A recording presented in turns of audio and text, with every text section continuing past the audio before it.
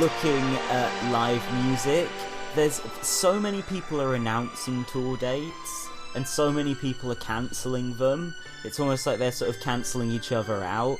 There's forever an equal amount of live music going on. You know, when Charlie Watts died last week, I was kind of sad about it, and I thought about all the times that the Rolling Stones have come to Toronto, and I haven't gone because the tickets are expensive and also because they suck now, obviously. Like, they're really lame and boring. But then when he died, I thought, fuck it, you know, like I should have gone to one of those just so I could have gone. And now, Stones. and I mean, I think the Stones were supposed to tour next year, but I mean, God knows at this point if they're ever going to tour again, because live music is obviously the last thing that's going to be completely back to normal, and they're all pushing 80, the ones that are left. Just to say, Will needn't have worried, because the Stones, since we recorded this, are now back on tour and have played several dates. So I'm just incredibly depressed about that. It's like, oh great, there's another thing I potentially deprived myself of. They're supposed to be on tour later in the year. They've said that they're not going to cancel their tour dates that they've got, that they were going to do without Charlie Watts anyway. So I think it will take, well, one of Mick or Keith to die for the Stones to end. I don't think it could be the Stones without either of them. But, you know, anyone else is expendable to the Stones. I agree. As a business If one of them operation. die, like if Keith dies, it just becomes a Mick Jagger concert. Yeah. But it's all. But also, like, even if that were the case, I mean, I don't know. He's 78 now. When he's 81, is that going to be the tipping point where he can no longer convincingly strut around the stage and do that Mick Jagger shtick anymore? Have I already missed my chance? Has COVID finally, once and for all, deprived me of my opportunity to see that? Do you reckon if Keith goes first that Mick Jagger's going to tour all his old solo hits about how Britain should work harder and be more productive and all that shit? The She's the Boss album. No, I think he'll just do Jumpin' Jack Flash and do all the ones that everyone likes. Like, let's be realistic. Oh yeah, he does ultimately want to make some money. This one's from Goddess in the Doorway. You may remember this was a 5-star album according to Rolling Stone magazine. Yeah, the Stones always used to do little club shows in Toronto before their tours. Yeah, and about, well, almost 20 years ago now, when Toronto was the capital of SARS. Do you remember SARS? There was that outbreak of, like, I can't remember exactly what the symptoms of it were. Just Russian monarchs everywhere. SARS. It was. Yeah, there was an. Yeah, that was a dad I'm saying that joke, for the listeners admit. who might not know. I confess. There was an almost Ebola-like panic about SARS in Toronto in like 2003, and I remember the Stones, when it looked like that finally subsided, the Stones came and did this gigantic outdoor concert, Toronto Rocks, here, where they brought every aged touring group that was still performing, like AC/DC, for example, performed at it. And I remember they would do all these TV commercials saying, "We're so glad to be here to support our favorite city, Toronto."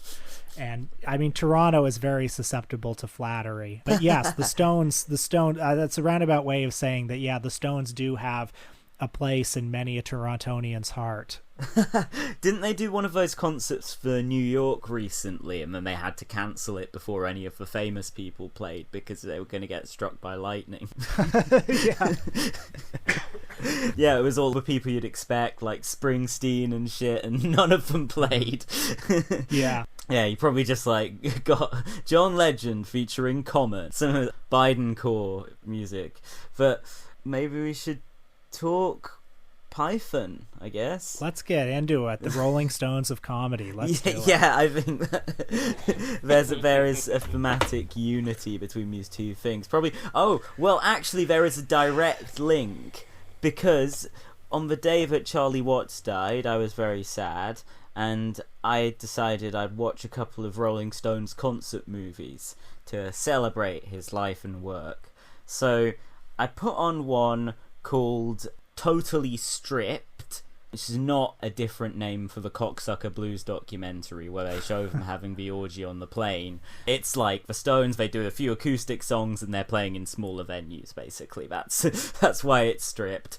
And they cover Like a Rolling Stone, as well, as in their famous performance with Bob Dylan. I believe you've tweeted which about, is Will. my favorite performer. I'm not sure if we're talking about the same one, but I watched this incredible clip on YouTube from the late 90s where it was Bob Dylan and Mick Jagger on stage together doing Like a Rolling Stone, and Bob Dylan starts and he does the worst possible version of the song he can do. It's like, once upon a time, looks so fine, do the mums die when you crime, do you? And then after 20 seconds, Mick starts singing along and singing it the normal way.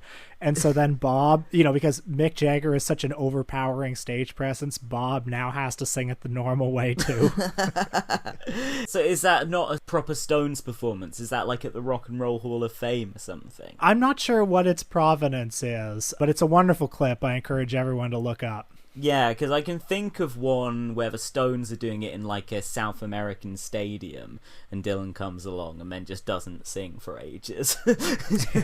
They're just doing ding ding da ding ding ding, just like over and over again. But yeah, in this totally stripped documentary, they're covering Like a Rolling Stone without Bob Dylan. But there's a few little celebrity cameos, because obviously there's always celebrities at the Stones shows, not where you or I would generally see them in the cheap seats, but there are celebrities in the vicinity of the Rolling Stones at most times, and Jack Nicholson makes an appearance. He's just kind of hanging out, just doing his thing, being Jack Nicholson, shows a caption saying Jack Nicholson, and he literally looks exactly like Drill in the shot. It might actually even be the provenance of the fucking avatar. He's got his classic grin and he's in big sunglasses. I can't remember what he's saying. Just some shit, some Jack Nicholson shit, grinning away, having a time of his life at the Stones concert. So anyway, I watched that, and then I watched a show from literally 20 years later, I think 2015, where they play the entirety of the Sticky Fingers album live, and they do a pretty good job. But again, not here to talk about the music of the Stones. At the start, they show the star-studded crowd walking into the auditorium, which is a theatre, not the kind of place you'd usually see the Stones. They're doing a much more intimate show again, and you see Jack Nicholson. He's there again. Like 20 years has passed and he's still at the Stones show. Probably never left. He's been in their entourage ever since. As far as I can tell, he just spends his life going to gigs and going to the front row of Lakers games, and that's it. That's his life, which... fair enough, really. Yeah, well, one of my favourite episodes of your podcast, Will, The Important Cinema Club, is called Jack Nicholson Will Probably Die Alone. That's right. I think we gave it that title because there was some story in the news that week that Nicholson had given an interview where he expressed concern that he was not going to have that one last great love, which was a sad thing to read, coming from a man who has obviously lived such a well-lived life. Yeah, his thing was that, like, because of his reputation as a womanizer, he feels like women don't trust him, basically. They'll have a fling with him, but nothing more. I think we should all work together and get Jack a girlfriend, That could be like a premise for a reality show, or even make a film that's like his return to acting based on that premise.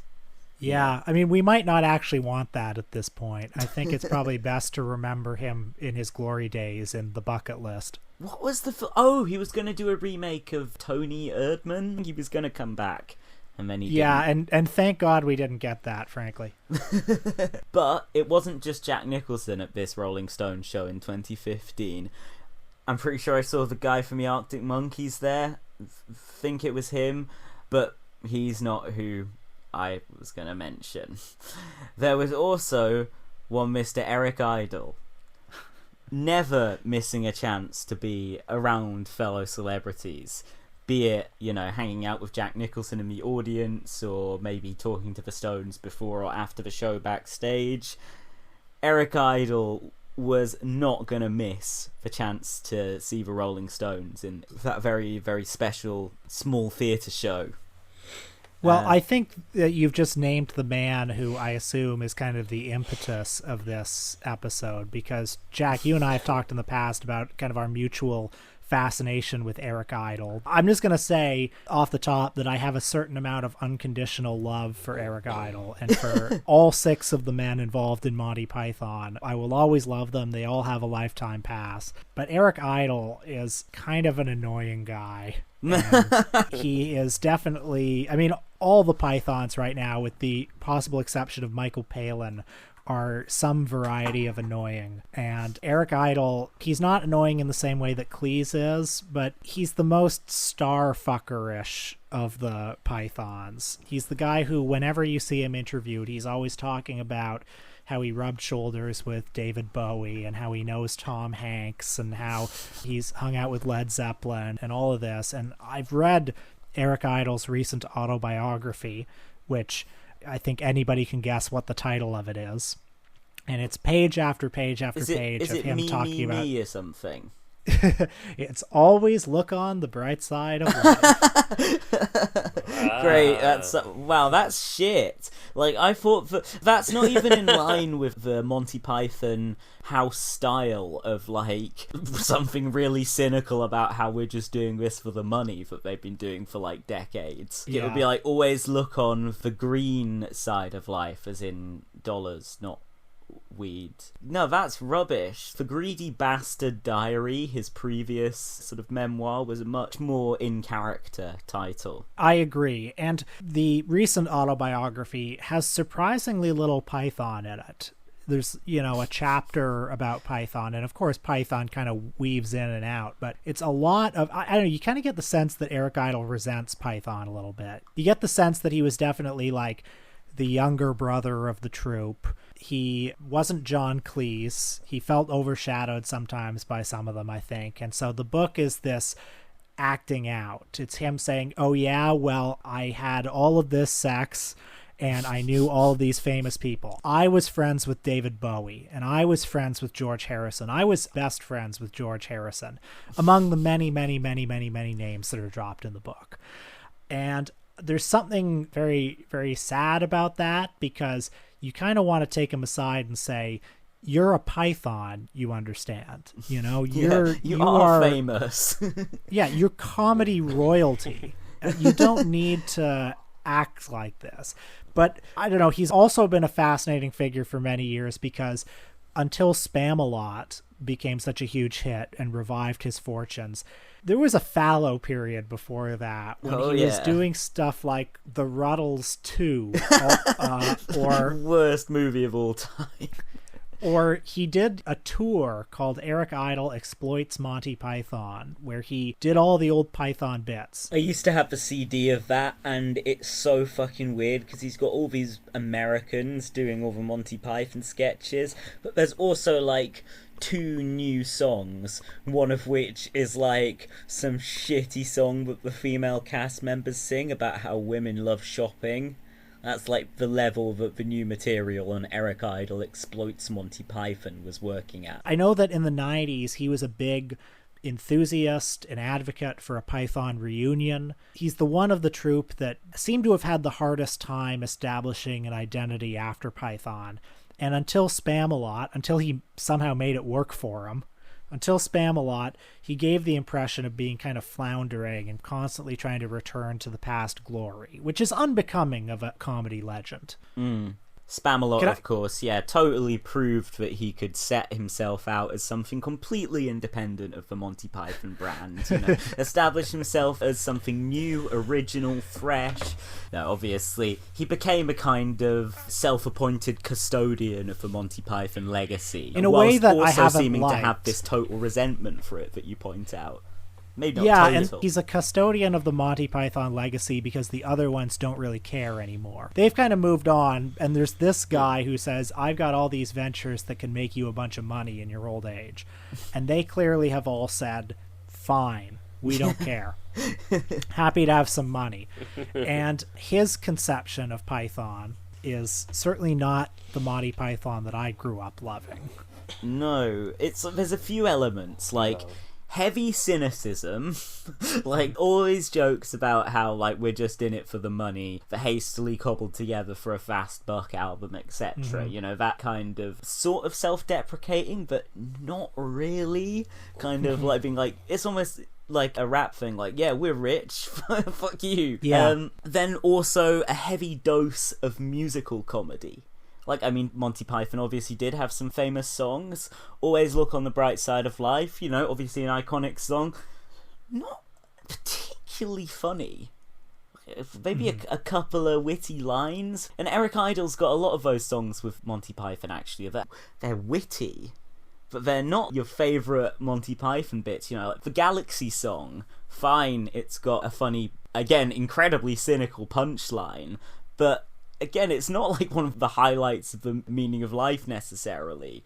And he's brought all that to the forefront. Their 2014 reunion was a kind of Monty Python musical theatre review. I sort of feel like ever since Monty Python started in 1969, there have been two different Monty Pythons. On the one hand, they're this group of innovators. They're constantly wrestling with whatever form they're in. They're constantly trying to subvert your expectations. They're doing sketches that end halfway through the sketch without bothering to have a punchline.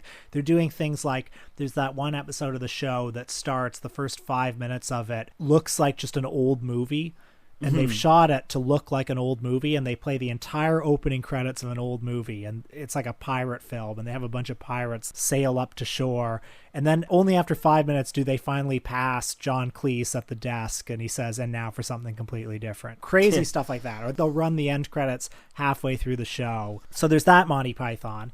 A Monty Python where every episode there are long form sketches, and then there are these really short sketches that are just one idea, and animation coming in and out, and it feels unstable and combustible. But then there's the other Monty Python that is the Rolling Stones of comedy, where it's 20 sketches that are preserved in amber, and then you see the sketches over and over and over again, as if it's Abbott and Costello doing Who's on First. And these two Monty Pythons are working at cross purposes, and I feel like Eric Idle represents the second one.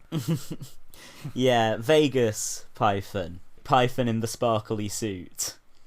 Geraint, what's your relationship with Monty Python? Sort of coming in what you were saying there, I think there's an element with Eric Idle where he's almost become a living Eric Idle comedy character from the classic Python era, in that he's very much acting as the cheerleader and ringleader of these various new projects, which are very much, with those two types of Python, in the camp of here's the greatest hits with a little bit of self-referential framing the new material. And very much happy to go along with this sort of smoozing celebrity persona. He is a sort of slick compare Monty Python character now.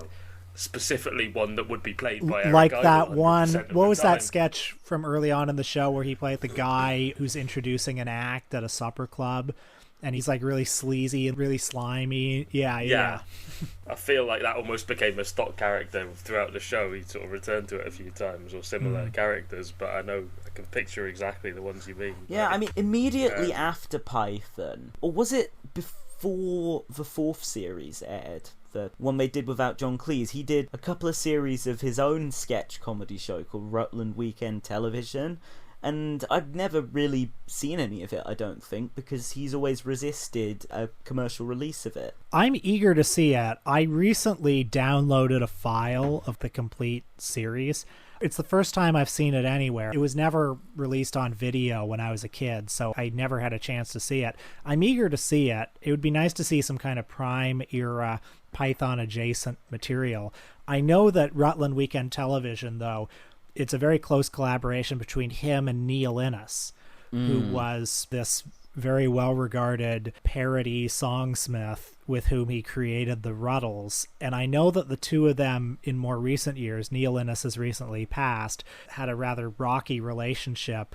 It seems because Neil Innes was trying to claim a little bit too much of his rightful credit for having contributed to some of Eric Idle's ventures. Like, it seems that Eric Idle was the Stan Lee to Neil Innes's Steve Ditko. Well, I think Eric Idle, it's not enough for him being a legend of comedy. He wants respect as a musician. And I've previously on the show slagged off his guitar playing, but a friend of mine on Twitter, Rob, a boy named Posh, is a very good guitarist, and he says that he's seen Eric Idle play some stuff that's actually quite impressive, so I'll take his word for it. But I still don't think he's really, with his quirky little songs, a musician of the magnitude of Neil Innes, who, like you say, Will, he was a gifted parody songwriter, but he was much more than that. I mean, he was one of the core members of the Bonzo Dog Doodah Band, who they were sort of a comedy act. And they were the house band on a pre-Python show called Do Not Adjust Your Set in the 60s that Eric Idle and Michael Palin and Terry Jones and I think Terry Gilliam were all on. And he also, of course, did the Ruddles album, which in North America at least was a much greater success than the Ruddles movie. And the album, which many people have, is this incredible tapestry, this incredible pastiche of Beatles songs representing all the different eras of the Beatles' career.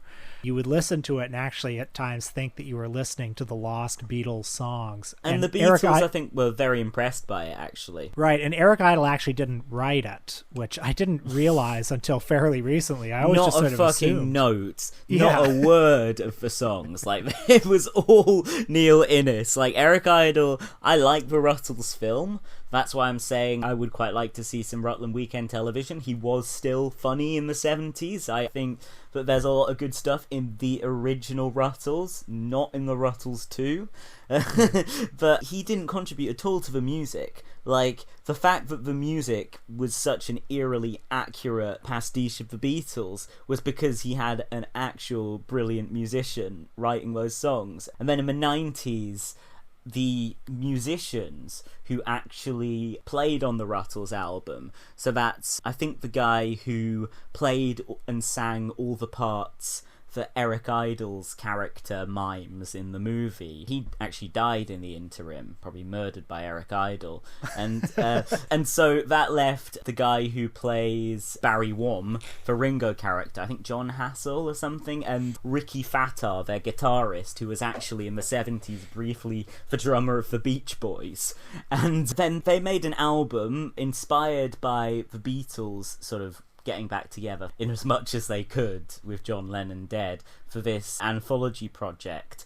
The Ruttles put together, the three actual musicians surviving from the Ruttles put together a new Ruttles album called Archaeology, and I own it on CD. I think I still do. In the booklet it contains a little characters created by Eric Idle credit, but that's all he did for the album. Okay, nothing. Pretty much that's the only credit that he deserved for that record, is originally coming up with the characters.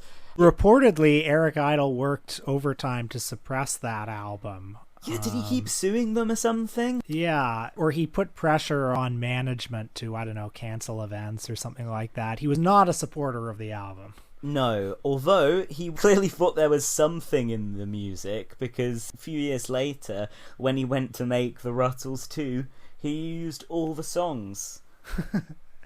Just stuck them over poor quality outtakes from the original film. So, you know, it's pretty easy to psychoanalyze Eric Idle here, because I feel like we're slagging him a lot, and partly it's out of necessity because he's done so much to obfuscate Neil Innes's role in the creation of the Ruttles. And we're slagging him, but we have to make clear that Eric Idle's own contribution to it was very good. That TV movie that he wrote and acted in is so clever in its use of Beatles iconography and Beatles history. Shea Stadium, named after the Cuban guerrilla leader Shea Stadium. And it was here, in 1965, that the Ruttles came, well, not here in the car park, obviously, but back there in the stadium, that the Ruttles came in 1965 to a capacity house, a sellout. But it's easy to psychoanalyze him because he clearly, in the 90s, was a little anxious. You know, he was looking at the other Pythons and seeing what they accomplished, and it's hard to be dining out on Python alone for 30 years, and then when your other big thing, the Ruttles, somebody else is starting to claim some credit for it, you start to get a little anxious and insecure. Have you seen the film Nuns on the Run that came out in 1990? Yes, you're right. There was another big thing that he was involved in. I'm pretty sure that this was one of the first films I watched that had nudity in it. I actually remember that too, because I mean, over here it was rated PG-13, but it had boobs in it. Well, actually, Monty Python's films as well, to be fair. But this would be one of the first films not made by all 6 of the Pythons that had nudity in it. I stand corrected, because obviously anyone who's seen The Life of Brian has seen an on-screen dick, let alone female nudity. But yeah, that film, you know what, I was gonna say it's terrible, but I have not seen it since I was like 10, 11, so... Yeah, same, but I'm just gonna say it's terrible anyway. I think the consensus is that it's terrible. I mean, look, the whole joke of it was just, what if 2 guys dressed as nuns? Which, honestly, is not all that funny to me. That was one of those movies that I think it was greenlit in the wake of the success of A Fish Called Wanda. And so there was this wave of, let's do British crime comedies that have crossover potential in the US, and it didn't quite work. Wait, Geraint, this is written by someone called Michael White. Okay, no, it's a British theatrical impresario and film producer, not the shitty centrist columnist from The Guardian, Michael White. Okay, just wanted to clarify. This one probably not in the Black Book, like The Guardian's, allegedly. Allegedly, isn't the evidence up? Well, there's lots of Michael Whites in London, but it's okay. Yeah, I'm just looking at some of the other films that Eric Idle starred in the 90s. I mean, he seemed to do a few leading roles, not in anything successful, but lead roles nonetheless. Yeah, I've seen a few of them. I've seen Too Much Sun, the Robert Downey Sr. joint, where he plays a gay man who has to pretend to be straight to get an inheritance. Okay, that sounds bad already. Like, Eric Idle's not gonna do a good job in that role, I don't think. Can you confirm? There was also one that I would like to see that I haven't, called Missing Pieces, which is a buddy comedy with Robert Wuhl. Wow. Robert Wuhl from Batman. And it's 2 of them being a couple of wackos, Characters include a one-handed kingpin, a lawyer who suffers from dwarfism, and twin brothers, one a crazed photographer and the other a mild-mannered antique dealer. That sounds like the back cover blurb for Bob Dylan's Tarantula. I think Eric Idle is actually quite wonderful in Wind in the Willows, the Terry Jones film. Yeah. Well, that is one of the closest things for a couple of decades to a Python reunion, because as well as Eric Idle as Mr. Rat, Mr. Toad is portrayed by the film's writer and director Terry Jones. Michael Palin plays the son, and John Cleese appears as Mr. Toad's lawyer as well. And it's a wonderful film, I think. It has a lot of that Python spirit in the right proportions for a preteen audience. And the cast is terrific, and the whole conceit of having the actors playing animals but just with very minimal makeup, like they give Eric Idle a couple of whiskers and they paint Terry Jones green, but otherwise they're just actors and you use your imagination. I think it works so well, and that's what they should have done for the Cats movie that they didn't. Oh god, yeah, there's no freakish animation or combinations of animation and actual human in this one. Yeah, it's all just kind of light costumes and makeup. You got Steve Coogan as Mole. He's quite good in it, I think. He plays Mole just like having a torch on his head like he's a miner. Again, another great costume. And yeah, Terry Jones wrote and directed that film. And it's probably his best film as a director outside of the Monty Python films. Well, I haven't seen Personal Services, so I can't confirm that. But yeah, I mean, that's true. I have seen Eric the Viking, and it's certainly better than that. That's got a couple of Python collaborations, hasn't it? Yeah, John Cleese as Halfdan the Black. It kind of feels like a Monty Python movie, but just written by one of the 6. So it's like 1/6 as good. And it's at like 1/6 the pace as well. Oh, God, yeah. No Michael Palin either in that one. We are talking about, I guess, late period Python here. So I'm sure we'll get back to Mr. Idle, because I think we should probably talk about the 2014 reunion show. Yeah. But I'd love to get your guys' sense of the other Pythons, particularly Cleese and Gilliam. Where are you at with them right now? They're just both kind of let their inner grumpy old man come out, haven't they, in recent years? I suppose Cleese has probably said quite a lot of things along those lines over the years. Yeah, and also his support for lame new centrist parties in Britain. That has also sucked. Yeah. I love watching those commercials, Yeah. the commercials from the 80s, where he's endorsing the Lib Dems, and he's He endorsed the Lib Dems in 1997. Oh, yeah. The time at which centrist politics in Britain, like, was full. Tony Blair had it covered.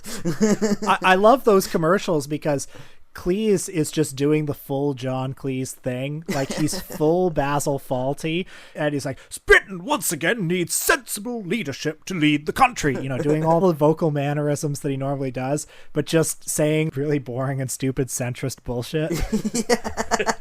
No, that's so funny. I'll have to stick a couple of clips of those in here just because, yeah, it's just like, well, the left, they just want to nationalise everything, and the right, they just don't care about the poor. It's just all this totally lame centrist stuff. There now follows a party political broadcast by the SDP Liberal Alliance.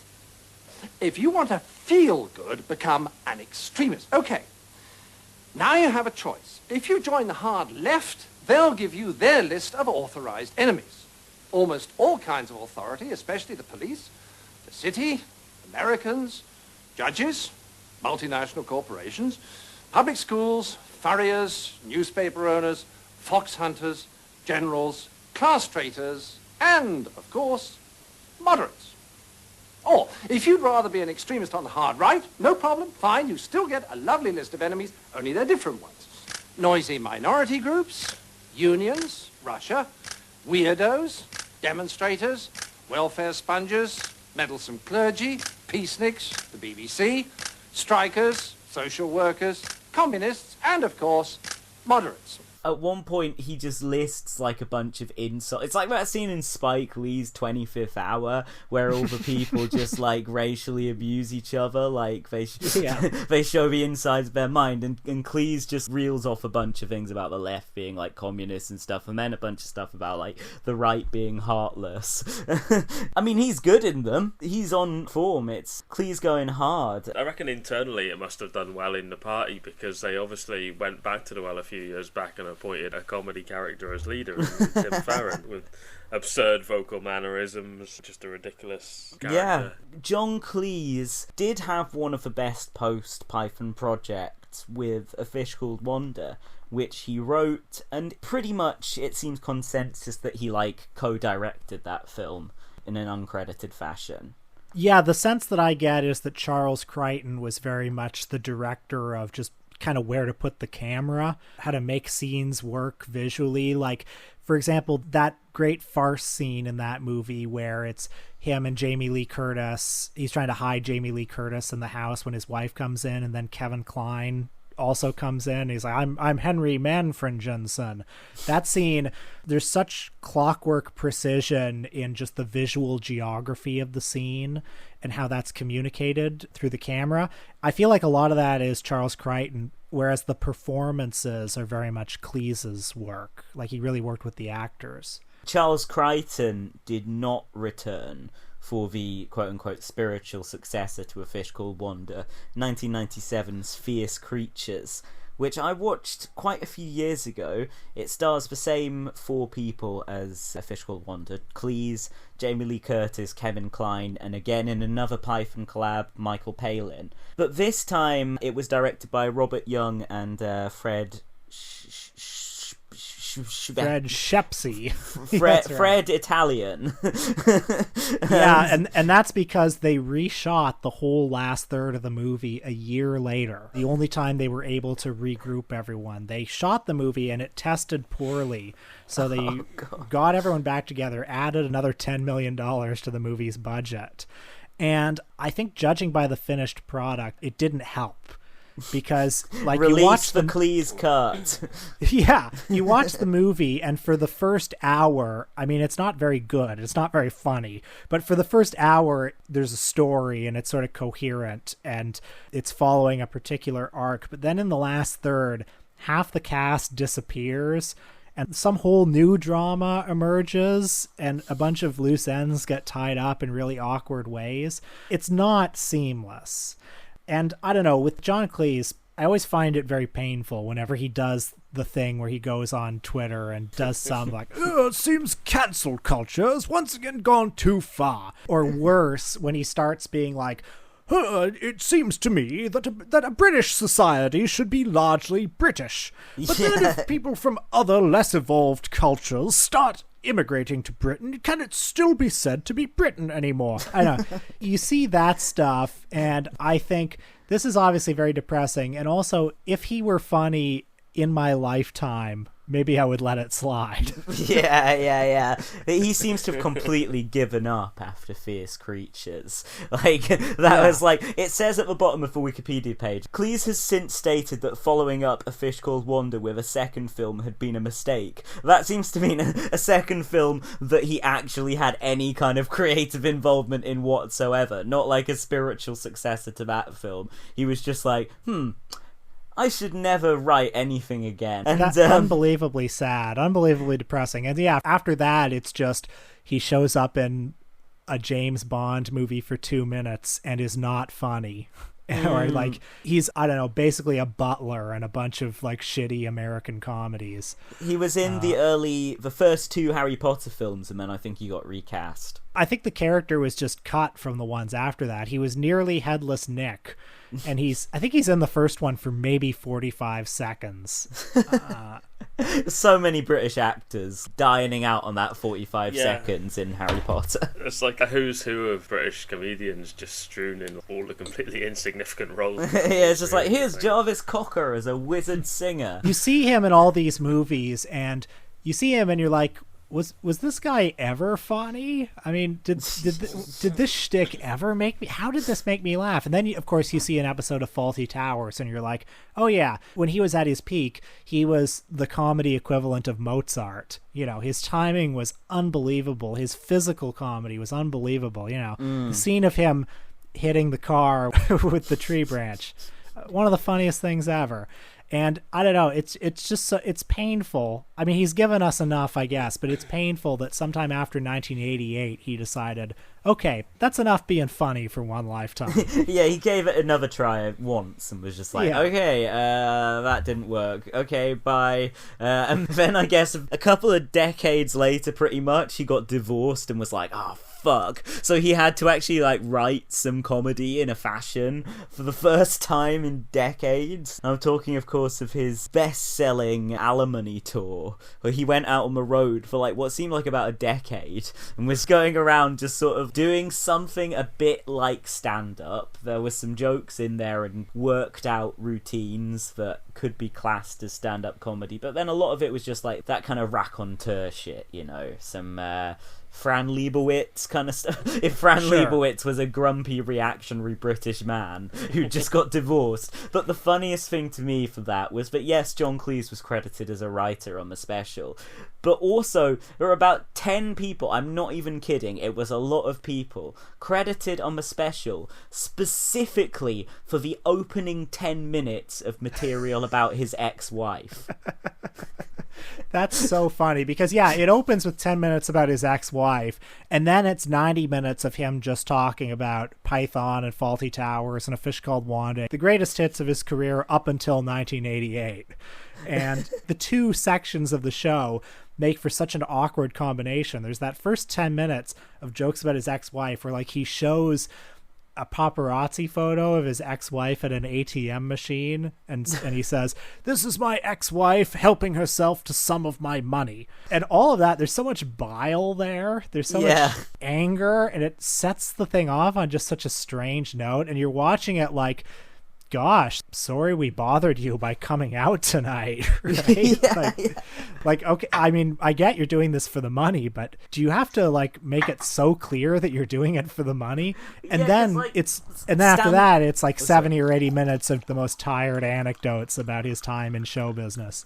Yeah, because John Cleese has never been a stand-up comedian. That's not what he does. It's like that tour that Charlie Sheen did when he was having that breakdown, and he just went around, like, I don't know, just doing, again, another comparison, like a Klaus Kinski Jesus tour thing, where he was just standing in the middle of an arena while people yelled at him. But it was just literally like that, like, okay, people will pay to be in the same room as me. And yeah, he wrote most of it with just like one other guy, but for that 10 minutes of material about his ex-wife, he was like, right, I need the best. I need a crack team, a writer's room of 10 of the highest paid comedy roast writers in Hollywood. My feeling about this is partly my own fault, because I spent so much of my early life just reading about Monty Python and reading the same stories over and over again. But you watch the Alimony tour, and again, after that first 10 minutes, it's just him doing well-trod stories of his career. And he starts talking about, we were filming Python and we went to a hotel in Torquay, and the manager was so unbelievably rude. He told Terry Gilliam to stop cutting his steak this particular way. And I know, the same story, and you're hearing that and you're like, I have heard this story 500 times, and I've heard this story more than I've spent watching Fawlty Towers, which is only 12 episodes. And also, hearing you recount it like that, I'm just thinking, that is the exact shit that an 80-year-old John Cleese would do. Were he in the restaurant of a hotel, not his hotel, but just a hotel, and he saw someone cutting their steak in an uncouth manner, he would let them know. Yeah. Yeah. But actually, last night I watched, I've seen all the sketches before, so I flicked through on Netflix the 6 episodes, or the 5 episodes by the then living members of Monty Python, of Monty Python's personal best, which I remember this shit coming out, so I was like shocked to discover this came out in like 2005. But it was a thing for, I think, PBS or something, some American channel, where each of the Pythons took it in turn, one per episode, to pick their favourite sketches from throughout the history of the show. So, like, Gilliam's one was all animation. And I have to say, for the little new bits that each member of the Python team did to introduce the episodes, Cleese put in the most effort of anyone. There must be something in him longing to be funny again, because whereas the others, they like did one bit at the start and then it was just old sketches, Cleese's new bits were interspersed throughout the episode. He'd shot a lot of new material where he's playing himself as a like 100-year-old senile, similarly reactionary to how he is now. It's quite a prophetic performance, really. But he must have shot quite a lot of material for it. So he's actually kind of funny on that. I have to give him credit. He's the only one out of all of them who's funny on that show. The Eric Idle episode is pretty dire. I mean, weren't you longing for a spiritual successor to the Ruttles too? Yeah. Prizes for journalist character. Yeah, very poor. Terry Jones is I mean, I just find Terry Jones very likable. It's very low effort. Wasn't his that he just sort of stands in front of the camera and does like a very short monologue about, oh, I was the genius behind Monty Python and I created the show, and then it's just that's all it is. Like it may as well be a cameo video that he sent in. Yeah, with a bit of that almost Eric Idle style humor of just like, how we're the Pythons, we're all selfish bastards or whatever. And it's like, no, Terry, by all accounts you're a very generous man. But there were a couple of bits I chuckled at, like he took credit for one sketch in like one of his 3 interludes by saying he was doing an impression of Michael Palin or something. I don't know, it doesn't sound funny when I relay it, but I liked it. And he and Michael Palin actually together put together one of the best post-Python projects, which is the TV show Ripping Yarns that they did back in the 70s. There's a couple of series of that. How well does the stuff that it's based on, Will, translate to Canada? I don't know if you've seen Ripping Yarns. I have seen Ripping Yarns. I mean, obviously I didn't grow up with some of that like British boys adventure stuff. Exactly, it's all like the adventure for... But I mean, was gonna say the funny is Club funny. It's still a show that has lots of great jokes on it. And I love some of that early post-Python stuff because you really get to see what each member of the group brought to the team. It's interesting to watch Fawlty Towers and Ripping Yarns and Jabberwocky. There are these 3 things that are just like 3 different corners of a triangle. They're very far apart from each other, just in tone and sensibility, and you put them all together and you get Monty Python. In fact, you mentioned Jabberwocky. We haven't really talked about Terry Gilliam much. Like Cleese, he's taken a bit of a reactionary turn in recent years. He's very concerned with political correctness gone mad. Maybe that'll be the next Python reunion. The two of them get together in John Cleese's Channel 4 show about how it's funny that these guys are so concerned about political correctness, because what has Terry Gilliam ever said before a few years ago that ever offended anyone? Like, I'm going to spend this much money, film studio, to make this film. Right. He's offended many an executive in Hollywood. I mean, I guess Fawlty Towers arguably has a stereotypical depiction of a foreigner. Maybe there's that.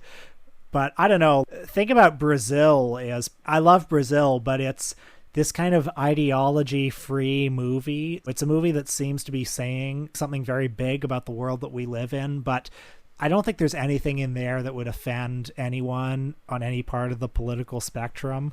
If you're Margaret Thatcher, you would watch that movie and say, yes, bureaucracy has run amok. We should cut it. I like Brazil a lot. I mean, I think it's really great, actually. Yeah, same. I love it, yeah. You're right that Margaret Thatcher could appreciate it, but then so could somebody who's a kind of anti-establishment leftist, because Certainly. of the way that it portrays repression and how a labyrinthine system of oppression is maintained. And then he subsequently did 12 Monkeys, which is a fascinating example. It's like when Hollywood gave him a bunch of money and it worked. Pretty much. I mean, I'm sure it was an arduous production in many ways, but it's a fantastic pulpy Hollywood thriller, but with all these Terry Gilliam elements. Like, the way that he portrays the underground future society is pure Brazil. He didn't lose his soul by making a commercial movie in that case. So, I mean, he's got at least 2 Stone Cold classics, I think. Hey, Time Bandits also. Gotta give him Time Bandits. I like Munchausen as well. I think that's a very fun film. Yeah, I do too. Recently, he hasn't done much worth recommending. I thought that The Man Who Killed Don Quixote... I mean, so anticlimactic. Yeah, it was pretty brutal, and I didn't like the Zero Theorem either, or really anything he's done since 12 Monkeys. And I think a problem with Terry Gilliam is there really was a limit to the number of ideas that he had. I don't know, I guess he's against bureaucracy. But ultimately, the thesis that's running through his films is we are all constrained by this society that we've built. We're constrained by work and the government and bureaucracy and whatever, and the solution is to retreat into a world of dreams. We need to look inward, and we need to liberate ourselves within, even as we muddle through this brutal world. Which, I guess as far as ideas go, it's not the worst one, but it's, I think, been spread pretty thin across 30 years. Gilliam made one of the most righteous political statements of any of the Pythons when he renounced his American citizenship over the Iraq War and the policies of George W. Bush. Well, I think he did it also because if he died, he would have had to pay estate taxes in 2 countries. Okay, that's some Eric Idle shit. I take that back. Yeah. Terry Jones is our anti-Iraq War hero. I think he remains unchallenged in that regard.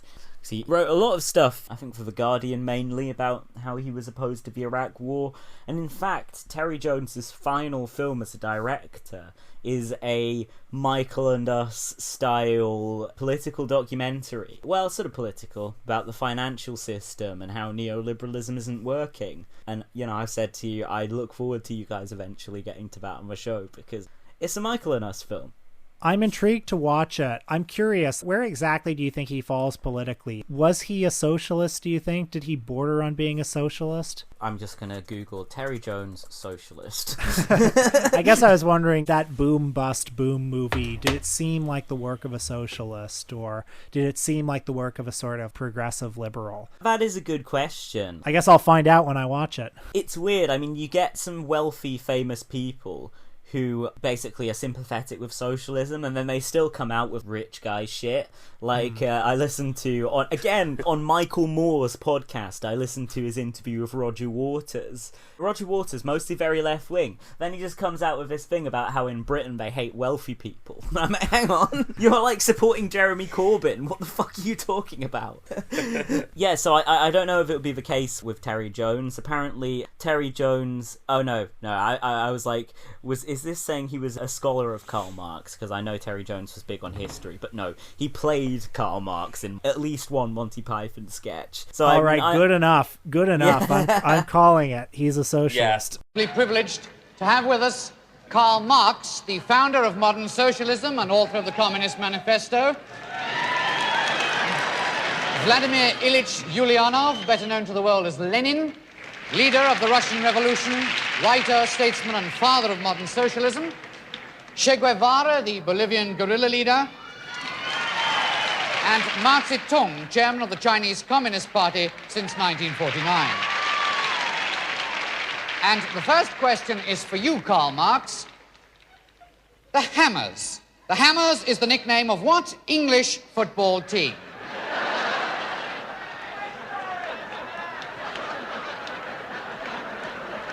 The Hammers. No? Well, bad luck, Karl. It is, in fact, West Ham United. So now, with the scores all even, it's on to round 2, and Lenin, your starter for $10. Jerry Lee Lewis has had over 17 major solid gold hits in the US of A. What's the name of the biggest? Jerry Lee Lewis's solid gold biggie. No? Yes, Mao Zedong. Right balls of fire? Yes, it was indeed. Very well challenged. Well, now we come on to our third round. Our contestant tonight is Karl Marx. Now, Karl has elected to answer questions on workers' control of factories. So here we go with question number 1. You nervous, Karl? Just a little. Well, never mind, Karl. Have a go. The development of the industrial proletariat is conditioned by what other development? The development of the industrial bourgeoisie. Good, yes, it is indeed. Well done, Karl. You're on your way to your lounge suite. Now, Karl, number 2. The struggle of class against class is a what struggle? A political struggle. Good, yes, it is indeed. Well done, Karl. One final question, and that beautiful, non-materialistic lounge suite will be yours. All ready, Karl? You're a brave man. Your final question. Who won the English Football Cup in 1949? The workers control the means of production. The struggle of the urban proletariat. No, it was Wolverhampton Wanderers who beat Leicester 3-1. Oh, shit. Well, just a couple of words from Terry Jones in 2003. I'm really excited by George Bush's latest reason for bombing Iraq. He's running out of patience, and so am I. So yeah, we know where he stood on the Iraq War, I think. Okay, so he's basically doing this whole piece in sarcasm. But I remember the gist of that Boom Boom Bust documentary. It featured a lot of in vogue left-leaning people who might have been on the scene in 2015. So you had, for example, Paul Krugman, obviously a major left-wing voice. I kid, obviously, but Paul Krugman was at that time one of the most vocal voices challenging the narrative of austerity. Mm-hmm. The Guardian would regularly publish stuff by him that was far to the left on the economy. The vast majority of the stuff you would get in Britain. And then when Jeremy Corbyn was first running for Labour leader, Paul Krugman pretty much supported him in multiple columns in the New York Times. And then still just did the same mad shit to Bernie. Like, yeah. He has violated my blood oath with Hillary Clinton, so he must be stopped. So you had people like Paul Krugman, you had people like Paul Mason. He makes an appearance in the documentary.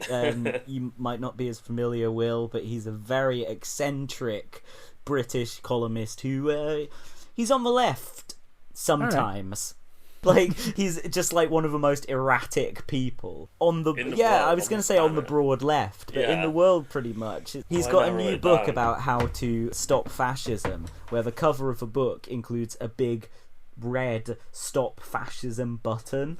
So this is the kind of heavyweight thought that Terry Jones was drawing upon. But again, compared to pretty much everyone talking about economics in Britain in 2015, Paul Mason was wildly on the left. You also have John Cusack, known for also being probably to the left of most public figures in 2015. So those are the ones I've heard of who he interviewed. But that should like give you a taste of what Terry Jones offered in his final film, because he was around that time diagnosed with Alzheimer's, and then he died a couple of years ago, sadly. Yeah, I think Terry Jones's post-Python career stacks up pretty well. He's kind of an underrated Python, but when you look at all the things he did, not just directing the movies, but also all the scholarship that he did and all these various TV specials, these documentaries about history, he seems like he was a pretty cool guy.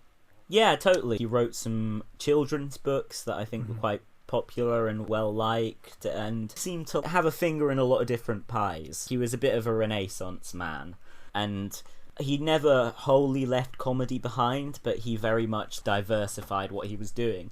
And even though he was suffering from the early signs of Alzheimer's at the time, not that we knew about that, he was just realising it. At the 2014 Monty Python show, I enjoyed Terry Jones's performance a lot.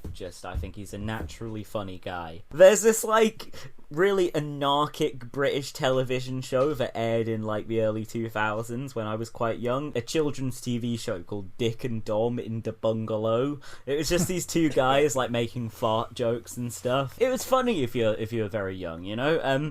Terry Jones actually narrated what I'm guessing is a sort of fantasy quest kind of Dick and Dom spin-off called The Legend of Dick and Dom. He narrated that. I guess they thought of him because of like the Holy Grail and stuff. It must be in that mode. But Terry Jones's penultimate film as a director was called Absolutely Anything. Have you seen this one, Will? Yes, I saw it during its 1-week theatrical run that it got here in Toronto.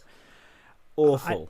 Yeah, not very good. I mean, you say that he didn't depart comedy entirely, but I think you're wrong. I think he did. In that film, certainly, yeah. It's got all the surviving Pythons in there, but they're just doing voices, so they probably didn't even have to like get off their couch. Eric Idle probably recorded his by his pool in LA, and Simon Pegg plays the lead. But Eric Idle actually wasn't going to be in it originally. The Pythons all again reunited for a project in 2012 called A Liar's Autobiography, The Untrue Story of Monty Python's Graham Chapman, which is sort of a film adaptation of Graham Chapman's autobiography. They basically found an unreleased audio book that he'd recorded of himself reading his largely fictional autobiography. So then a bunch of different animators took on different vignettes from this book, with the Pythons supplying most of the voices in addition to Graham Chapman's. And to that I would just say, give me the audiobook. Forget all that other shit, because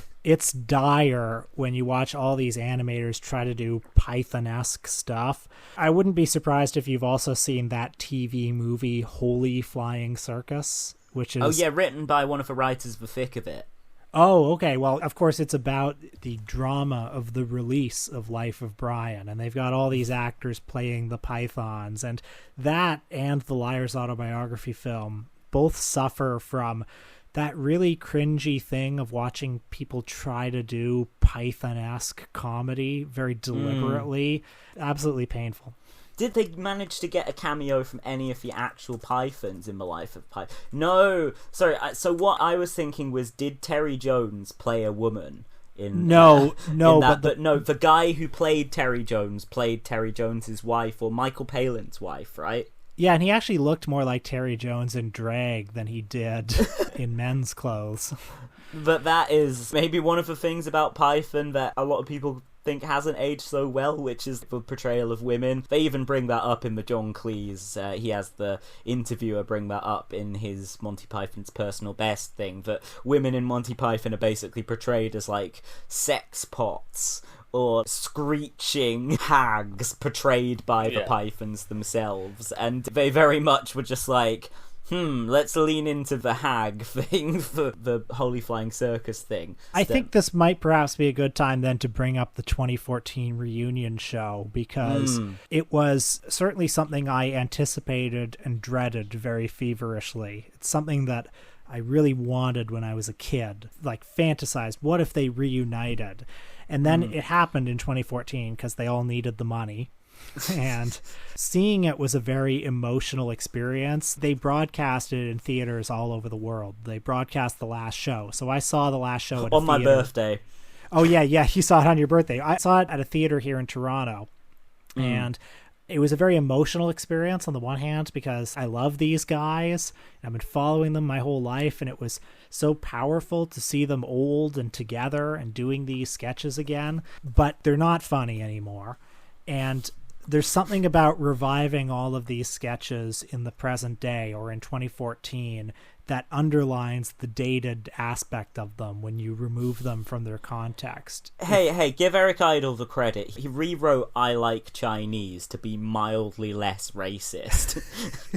It was mostly about how they're good at the economy now. Yeah. God, Do you remember John Cleese sitting inside fuming about the political correctness getting to his old friend? Yeah. When you watch the original show, when you see something like the military ferry sketch, where it's that line of soldiers who are doing like a really camp drill, I think in 1969, they're probably seeing something sort of radical about that. We're taking this quintessentially British institution, Her Majesty's military, and we're making them gay. And there's something powerful about that.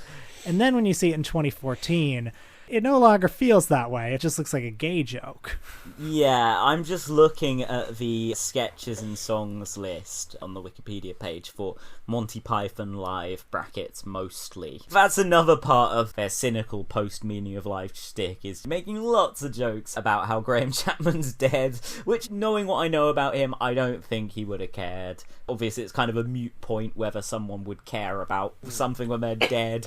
I think that stuff's funny, personally. I like premise that. of it is them being dead. Yeah, I don't care, but it's just another side of we're making lots of money off this, ha ha ha kind of stick. The exaggerated cynicism. But what I was going to mention is that they have a thing called the retardis animation. So the TARDIS, obviously the thing that Doctor Who travels around in. But do you see Eric Idle added re on the front of it, and he made it rude, you know? He still got it. Yeah. That's so much of his fucking humour now, is just these like awful puerile puns and shit. Like, what about Dick? I don't want to derail. I think that there's more to talk about with the Python reunion, but I watched his stage show, What About Dick, which is on British Netflix for some reason. I don't know who this is for, who would possibly enjoy this, but it's all jokes like retardis. That's the entire fucking thing. It's all sex jokes. It's all dick jokes, but it's very Benny Hill kind of shit. Oh, God, it's excruciating, honestly, man. I'm sorry, that's an insult to the great Benny Hill for me to compare him to Eric Idle's What About Dick.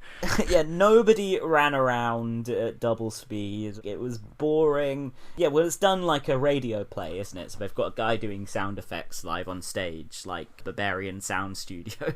I found that a much more pleasurable experience, personally. Right, and it's a bunch of Eric Idle's celebrity friends, so Tracy Ullman and Russell Brand and Billy Connolly and Eddie Izzard, all of them on stage reading from a script and doing funny voices. Yeah, I was watching it like, Tracy, do your Corbyn impression where you just come out and just say something really, really anti-Semitic while wearing a grey wig. Yeah, no, it was awful. Yeah, Russell Brand, Tim Curry? Yeah, Tim Curry's in it too, yes. He was in Spamalot at one point, wasn't he? So he's like Eric Idle's musical theatre connection. I mean, I have to say, I think one of the most pernicious influences in Eric Idle's career has been his collaboration with the historically bald John Dupre, his songwriting partner, the guy who wrote all, well, I guess not all, because Eric Idle will say, I wrote lots of the music for Spamalot and stuff. This guy has really made Eric Idle lean into the Vegas, Broadway side of his personality, having somebody to do the musical heavy lifting for him. John Dupre, who wrote the musical score to A Fish Called Wanda, which if you watch A Fish Called Wanda, the one element that ages really poorly is the music. Has all this like cool rockin' 80s electric guitar and cool synth drum beat and all that. Midnight Run kind of stuff. On the Monty Python reunion from 2014, just on the topic of how dated a lot of it seemed, do you remember that during the final bows, they brought out Carol Cleveland in a really skimpy and tight showgirl outfit to do her final bow? And clearly it's supposed to communicate, look at it, Carol Cleveland, she's still got it. 75 years old or however old she is, and she's still got it. But like you see it and you're like, oh yeah, that's right. Carol Cleveland was really only called upon to do that in the 70s, wasn't she? Yeah, did they have her in any of the other sketches in this? Yeah, she really only got to wear showgirls outfits back in the day. Some of it is just so unbelievably tone deaf. Yeah, I just remember finding it really depressing. There were a lot of a lot of sexy women in it. They had a lot of scantily clad dancers. Yeah, the scantily clad dancers combined with all the stuff of elderly 70-year-old pythons wearing dresses, or they brought back what used to be called the Puffy Judges. You remember that sketch where it's Eric Idle and Michael Palin as judges who are gay and talk in a really camp way? They brought that back, and they have, of course, the two of them wearing their underwear and their garters. And you're watching that, and it's like, this sketch, which probably seemed so subversive in 1972, now... it's literally the same as that other sketch. It's just like, hey, you know the establishment. They're gay. They're gay. A powerful gesture back then when the group still had a living gay member. Yeah, exactly. They don't have the plausible deniability. They don't have, oh, Graham's fine with this, why aren't you? Yeah, and now it's just two old guys wearing women's underwear, and it feels like a sketch that you would see at the Legion during the Christmas party. I bet John Cleese just saw a tweet one day that was just like, Monty Python making jokes about wearing women's underwear, is it? And then that's why he signed that letter of support for J.K. Rowling over her transphobic views. Actually, all of that, like him on transphobia, if somebody said that they were hurt by that on a personal level, I would believe that and I would respect that, because there's something about Monty Python, the fact that they did have a gay member in it, an out gay member in Graham Chapman, and the fact that so much of the comedy was them wearing dresses but not calling attention to it, like you were just supposed to sort of accept them as women. I can imagine people feeling betrayed when 40 years later Cleese does a million tweets that are like, if I were to identify as a helicopter, then would you respect that? Would you respect that identity? It sort of suggests that, oh yeah, it was reactionary all along, actually. And if you thought it was cool and progressive and subversive in 1972, you were wrong. Yeah, there was a fascinating piece in the Times the other day. Don't often say that, but I thought that this gave some really deep insights into transphobic mind disease. So it was a piece written by an arch enemy of our podcast, Sarah Dittam, someone who really hates us. She wrote a piece about what cunts we are, what misogynistic bastards we are. I mean, spot the lie. When the Daily Mail was going for us. I think she just wrote it on her blog, but she published it on... This was actually praxis, because it's like one of the only things she's published in the last 5 years that wasn't just gunning for... She briefly took her focus off them. She people she published it on my birthday. I don't know if she knew that, but like the rest of the media had literally just stopped having a go at us, and then she was just like, fuck these guys, and just wrote this long ass piece. It was just on her website though. Who the fuck reads like sarahdittam.co.uk? So her transphobic mate Janice Turner was taking the week off from her Times column. Also, I just want to point out briefly, bad shit keeps happening on my birthday, whether it's Sarah Dittam deciding to put the boot in on sarahdittam.co.uk, or it is the Monty Python reunion special, which left me thoroughly depressed. It took the entire night with the intermission and shit and waiting for it to come on in the theatre. By the end I was just thinking, is this what I'm doing with my life? My birthday, I've ended up here. But anyway, Janice Turner was taking the week off from her column in the Times, so she gave it to Sarah Dittam, an equal equally repugnant career transphobe. So Sarah Dittam used this column. It was a spirited defense of John Cleese. She says, what does earn Cleese the right to an opinion? Because she clarifies that, yes, okay, John Cleese is a bit cranky and stuff now, blah, blah. Not for his views on trans people, obviously, she supports them. What does earn Cleese the right to an opinion is the fact he spent his whole career bumping up against the limits of the sayable in comedy. In those 2 minutes of Die Another Day, he made them count, you know, some Lenny Bruce shit. Yeah. His whole career. Have you seen anything by John Cleese since? Does A Fish Called Wanda even bump up against the limits of the sayable in comedy? Yeah. It's great comedy, but is it challenging the mores of polite society? I mean, perhaps some of the blackface on Monty Python's Flying Circus does now. She sort of reveals why she's come out in such spirited defense of John Cleese here, saying, Cleese has been consistent in his principles, right through to last year, when he signed a letter in support of J.K. Rowling's right to speak about gender.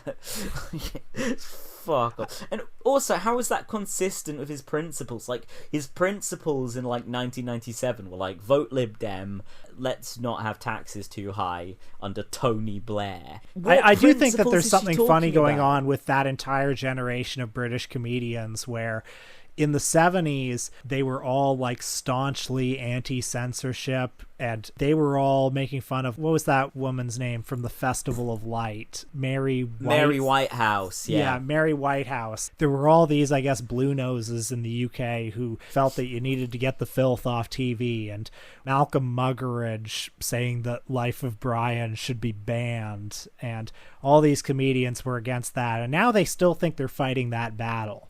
They still think it's the same battle, and really it's just them defending somebody of their exact same social class who wants to tweet about trans people and not get any pushback. Yeah, and Sarah Dittam writes here, when Graham Chapman came out publicly in a 1972 TV interview, British homophobia was at full strength.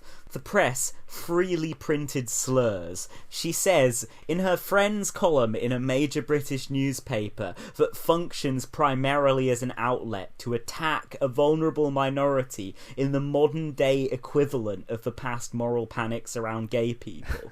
It's absolutely astonishing. Yeah. Then she attacks Robin Ince, who was actually a collaborator of Eric Idle. He worked with him on his recent, what's it called, Will? The space thing.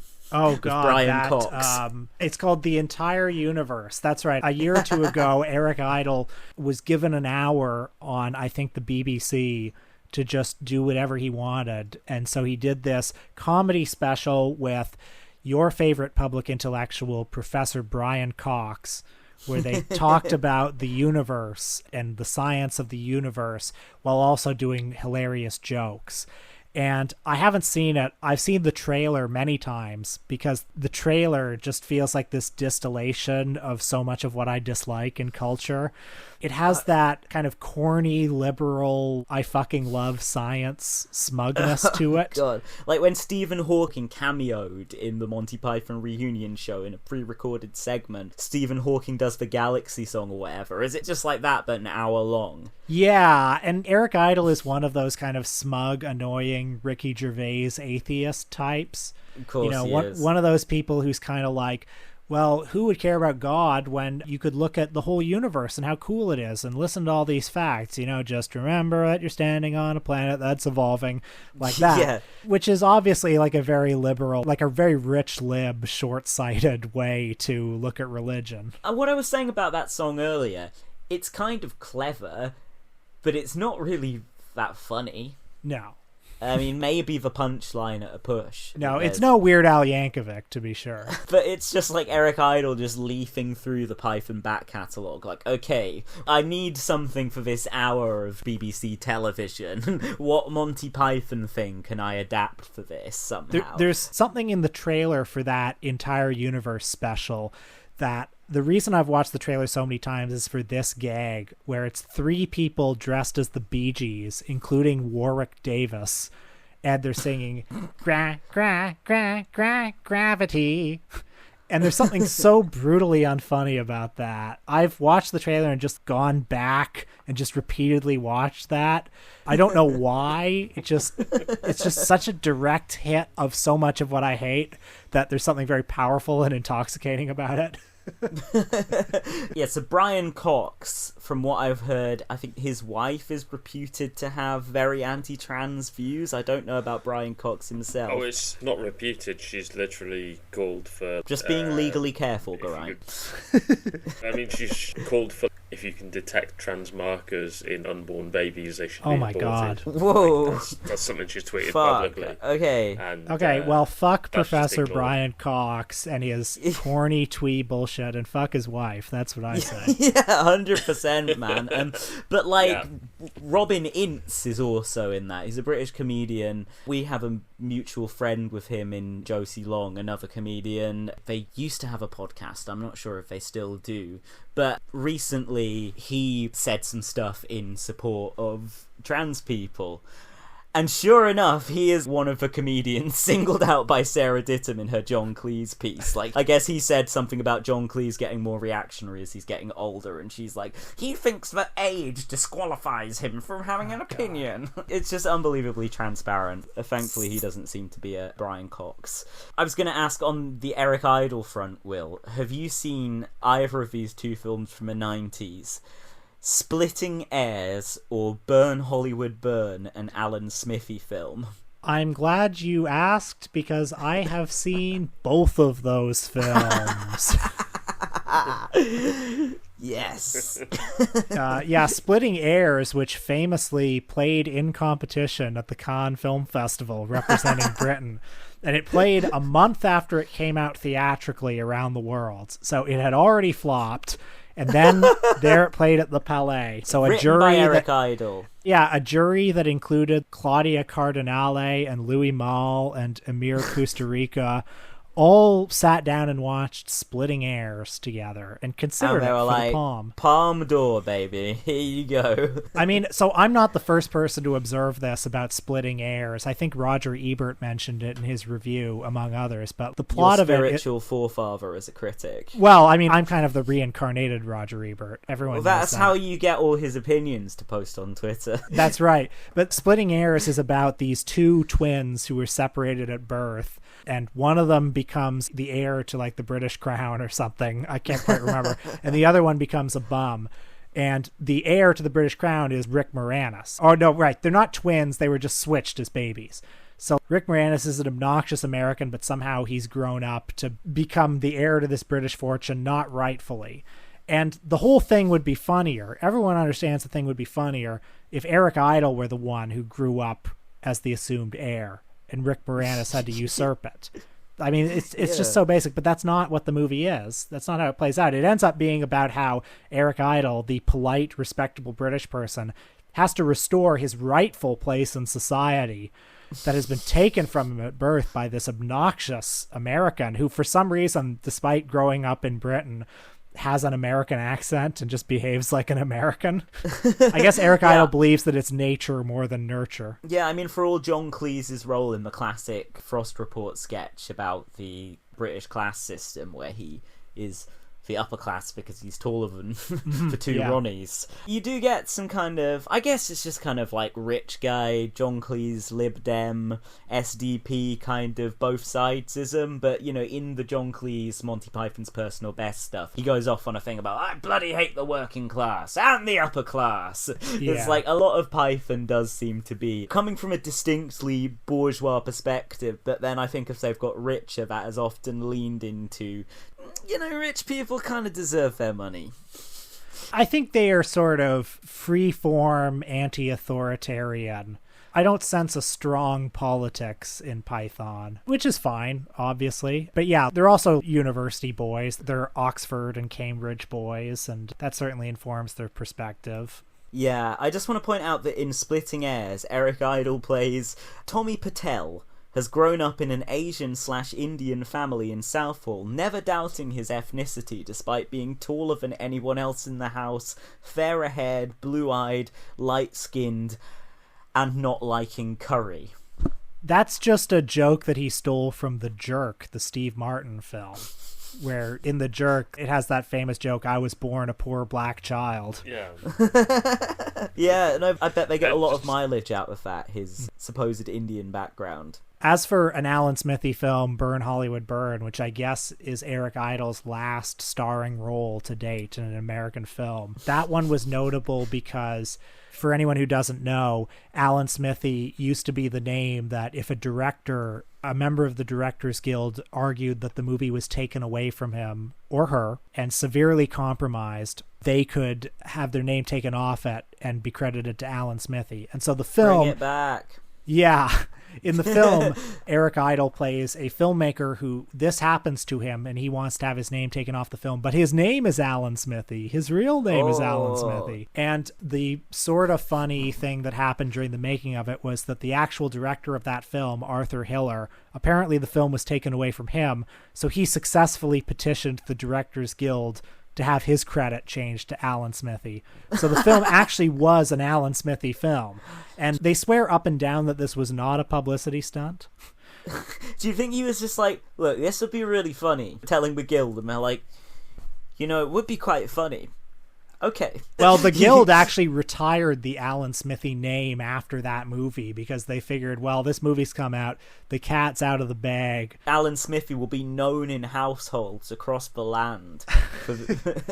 Well, when you've got an Eric Idle, Ryan O'Neal comedy that's playing, everybody's going to see it. And yeah, that movie is fucking terrible. Star-studded crew, though, as well as Eric Idle in the lead. You've got Joe Estehaz writing the script, the author of Heaven and Mel, among other works. Arthur Hiller was responsible for some pretty good films. See No Evil, Hear No Evil with Richard Pryor and Gene Wilder. I mean, silly film, but what's good. Most notable about an Alan Smithy film, Burn Hollywood Burn, is I believe it contains a rare acting role by Harvey Weinstein, who plays a private detective in the film. So check it out for that. Wow, yeah, looking at the cast, you got Stallone, that's Sylvester, not Frank. You got Whoopi Goldberg, Jackie Chan, Robert Evans, the film producer. Didn't he, kill someone or something? I think you may be thinking of Phil Spector. No, I know Phil Spector killed someone. Yeah. You're thinking of, was it the Cotton Club scandal? I forget exactly what the details of that were. Somebody died involved in the making of the movie The Cotton Club, and I forget. I'm not going to accuse Robert Evans of murder on the podcast because I can't remember what the details of the story are. He's definitely guilty of cocaine trafficking, but I'll give him a break on that. And yeah, there is a Cotton Club murder section on his Wikipedia. But yeah, I won't hold the cocaine trafficking against him. You got Gavin Polone, who I basically know is just like a guy who directed a lot of episodes of Curb Your Enthusiasm. Didn't know he was an actor. Chuck D, Coolio, Ryan O'Neal, MC Light. What's with the hip-hop figures in this film? Well, I remember that I think Chuck D and Coolio played a pair of characters called the Brothers Brothers, who were inspired by the Hughes brothers, who made Menace to Society. Wow. That's just like... That's an example of the kind of cutting-edge humor that you'll find in Burn Hollywood Burn. Yeah, this has got a lot of industry people in it. Shane Black, Joe Estehaz himself appears in it, Peter Bart, I was going to make a mall cop joke there. Never mind. Billy Bob Thornton and Norman Jewison appears uncredited. The journeyman director who me and Yair did 2 episodes on the oeuvre of. Not a good film, Will? No, it's terrible. Although, as I hear you say that cast list, I'm almost tempted to watch it again. I got to see this. God, all those Norman Jewison is in it. I don't remember that. I want to see that. Yeah, I want to see that Jewison cameo. He's the guy gets bums on seats. Cast Jewison in your film. One thing that I didn't think you were aware of, but I brought up to you, and you immediately went and told your Michael and Us co-host and good friend of Real Politik, Luke Savage, about, was a TV series that Michael Palin did in the early 90s. And we've been talking a little bit about the politics of Python. And Michael Palin's post-Python output, mostly fairly inoffensive travel documentaries. I know some people might describe them as kind of like Orientalist or colonialist. Was it you, Will, who said that you think he would be really upset to hear that? Yeah, I mean, I think it's possibly a fair criticism you could level against them, but I think Michael Palin would say that he's just trying to open Western viewers' eyes to all the cool stuff that's in the world, which I guess is a fair enough defense. Yeah, no, I will just say, if you don't want people to call you a colonialist, don't become a commander of the Order of the British Empire. Yes. So, I mean, Michael Palin, I love him. I think he's a great talent.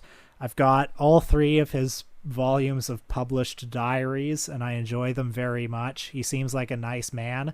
He seems to keep his politics pretty close to the vest. He seems to me like a pretty typical Guardian reader type, and that's fine. Whatever. He's not out there on Twitter talking about trans people. I can't, like Eric Idle. Yeah, I mean, I would be very surprised if Michael Palin, who at this point resides in the absolute upper echelon of British society. Right now, he can go anywhere, he can do anything he wants, he knows everybody. I do not believe he is probably a big Jeremy Corbyn guy, but he hasn't said anything about it, and I'm fine with that. That's absolutely fine, yeah. But he did at one point get involved to an extent in internal Labour Party politics. This was in the 7-part British television drama GBH, which aired on Channel 4, the home of John Cleese's new Political Correctness Gone Mad documentary in 1991. So in this, you have Robert Lindsay as Michael Murray playing the hard left Labour leader of a city council in the north of England. Basically, the militant tendency. Derek Hatton. Well, he was the deputy leader of Liverpool City Council, actually, Derek Hatton, but he was like public enemy number 1 for Labour centrists and right-wingers. He was seen as basically everything about the trot hard left that they hated. Geraint, how would you describe the conflict over the militant tendency to somebody from outside the UK like Will? The actual conflict, or as it was depicted in Well, we'll in get GBH. to GBH in a second. Just give a little bit of historical context here for this conflict. So it was a left-wing group within the Labour Party that were very much quite well organised and quite good at winning a lot of the positions within CLPs and things like that, regional branches of the party, and therefore basically as soon as Neil Kinnock got in as leader, replacing Michael Foot in the late 80s, his immediate priority was You mean 83, right? Sorry, yes, 83, yeah. In 83, when he replaced Michael Foot, his immediate priority was basically, let's prescribe these bastards. Did so, and they had a very thorough attempt to chuck him out of the party, which included chucking sitting MPs out of the party on quite tenuous grounds. And they almost used to have disciplinary panels for people they were trying to expel at the time. There's some quite detailed accounts of these in progress in Tony Benn's diaries from the time. They'd get rid of a lot of them, and to make sure they did, they would literally be like, you've been seen speaking to some of these leftists at your local meetings, therefore you're under suspicion and we think you're a member and we might chuck you out as well. It's quite similar to what's happening in the Labour Party now. Yeah. It's like, oh, you've been involved with this group who we tenuously claim are anti-Semitic. You shared a platform with them 2 years ago. You're out of the party. Yeah, it is the same process they've used, for example, a couple of weeks ago, chuck Ken Loach out of the party. But fucking outrageous. I guess it was on a wider scale, and I guess without the internet for people to put the other side across, there was less defence against it as well. Yeah. So, like, Neil Kinnock prescribing the militant tendency from the Labour Party has become this totemic thing for the Labour right in terms of how we crush the left. Like, they're obsessed with this fucking speech that Neil Kinnock did, where he's like, taxis driving around the city, laying off Labour councillors. It's like some shit. It's not laying off Labour councillors, it's like laying off public servants. But yeah, it's like, literally, you need to remind these people that Neil Kinnock fought 2 elections across a almost decade-long period and never became Prime Minister. Like, he lost. Yeah, their whole thing is, we only don't like Corbyn because he's not electable, you see, for the most part.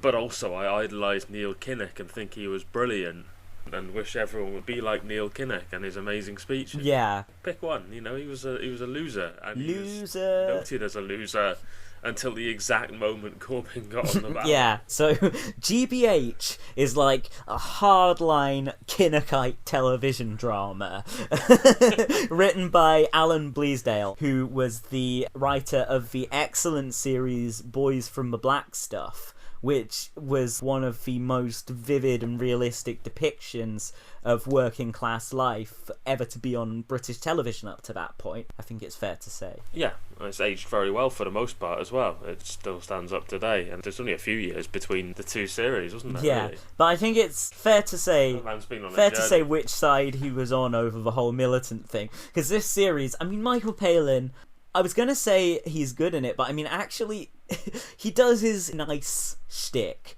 It's Michael Palin at his nicest, and it gets really annoying. He's just like this totally innocent, benevolent, lovely guy who's just constantly being like terrorized by these hard left thugs. Yeah. They'll like come round to his house and just like steal his lunch money and dangle him upside down by his trousers and stuff. It's hilarious. The left in it are depicted literally like the mafia, and Michael Palin is just like this kind, good-hearted Labour moderate who, you know, just wants, why can't we all get along? Obviously, getting along involves the left being totally marginalised and treated as illegitimate, but we're very much supposed to identify with Michael Palin's cuck centrist rather than the alpha Chad legend played by Robert Lindsay. It's an absolutely false choice as well, because do you want these unruly, horrible leftists, or do you want nice Michael Palin? And like, have you seen every Labour right MP from the 60s through to the present day? They're not Michael Palin. They're not Michael Palin talking about centrist politics. Like, they're Ian Austin and Tom Watson and Tom Blenkinsop and all these little psychopaths. Yeah, they're basically far more repulsive than even an evil Robert Lindsay. I mean, Robert Lindsay is very charming. Like, he's representing our evil politics in this, so I was feeling his character. And for all the people like me here tonight, for all those of us who refuse to learn about life from manifestos and Marx and Das Kapital, because that's your problem, some of you boys, isn't it? You've only read one book. You must have read that book and thought, right, that'll do for me, that's the book for me. I know about life now. Why not read 2 books? Read 3. Get a rounded view of life instead of the flat earth version. You may come to the same conclusions you did from reading that one book. But is there any harm in knowing other things? But you're only the puppets. And it's the puppet master I really want to examine. Because here we all are, living under the most reactionary, democratically elected government we've ever known, in a Labour-controlled city where all animals are equal, but some councillors are more equal than others, where too often lions are led by donkey jackets, living proof that the further left you go, the more right-wing you become. It's just quite funny. I mean, watching it, especially in the retrospect of the way that people on the British Centre talk about the very recently ex-union leader, Len McCluskey, who I was a big supporter of, as just being this bruiser, this thug, because he has a working class accent and is uncompromising in his left-wing views. Or even how they talk about Jeremy Corbyn. They're able to inflate the most mild-mannered, softly spoken, polite, kind individual into this monster. Like Conor McGinn, like, oh, Jeremy Corbyn talking about niceness in politics. This guy is a Labour MP, and he complained publicly that Jeremy Corbyn bullied him by threatening to call his dad on him. That's how they view the left. Vaguely implied that he was going to use Sinn Féin connections as well. Yeah. It was like, Corbyn and my dad used to be in the IRA together, and they're going to do a repeat of the Warrington bombing on me. It's effectively that. Am I right in thinking that GBH is considered kind of a classic in Britain? You know, a classic of the form? Not by me.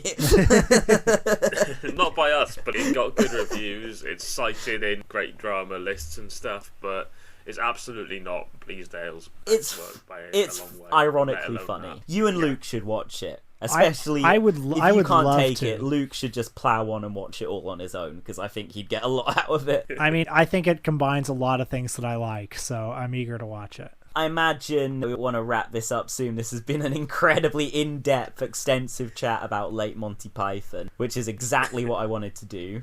There's maybe just a couple more projects to briefly touch on. So Michael Palin actually made a return to acting. Let's just say that A Liar's Autobiography, The Untrue Story of Monty Python's Graham Chapman, Monty Python Live mostly, and absolutely anything don't count as returns to acting for Michael Palin. But he did a few things. So he did this kind of quite corny, low-budget horror thing on ITV, which he was quite good in.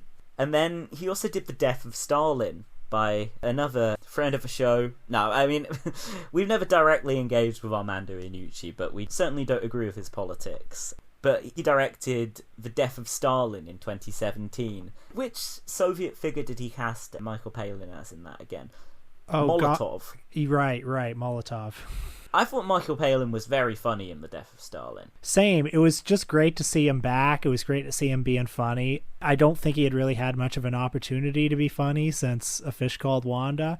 It was great to know that he could still do it. Yeah, he still had it in that film, and I really like that film. I know some of our more Stalinist-leaning comrades had big problems with the movie, but it's such a great cast. So many funny people, you know. The problematic Jeffrey Tambor, he's very funny. Paul Whitehouse, very funny. Steve Buscemi, very funny. I like that film a lot. I like Jason Isaacs in it too. And yeah, Palin was excellent. There's not been much else to see him and find him funny in other than that recently. Apparently he was in The Simpsons last year. Oh, I actually did not know that. That's interesting. But yeah, it was nice to see him in The Death of Stalin because it was just nice to see a Python involved in something that felt kind of current and relevant and spoke to the present moment, regardless of what Iannucci's politics are off screen. And of the standard that you would expect from comedy legends, you know?